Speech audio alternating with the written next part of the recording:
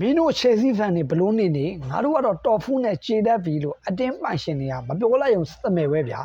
စောင်းရဒီမှာလေဂိုးဓမာကိုနောက်ခံလူရောဘယ်တူမှဝယ်မယ်လို့သူစိတ်ကူးမထားဘူးတဲ့အထွက်ပဲရှိမယ်ဗျာသူအဝယ်မရှိဘူးလို့အတင်းပိုင်ရှင်တွေကရှယ်ဆီတင်းကစုပ်လိုက်တာလည်းဖြစ်တယ်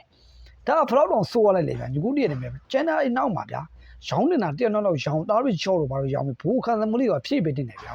သူအားတဲ့ခုထုတ်ပြန်တာမှာစောင်းရဒီစစ်ကောမှာရှယ်ဆီကဂိုးဓမာကိုနောက်ခံလူကမလို့ဘူးပေါ့ဒီလောက်ခက်ခဲဖြစ်နေရတော့နောက်ခံလူလည်းမလိုဘူးတဲ့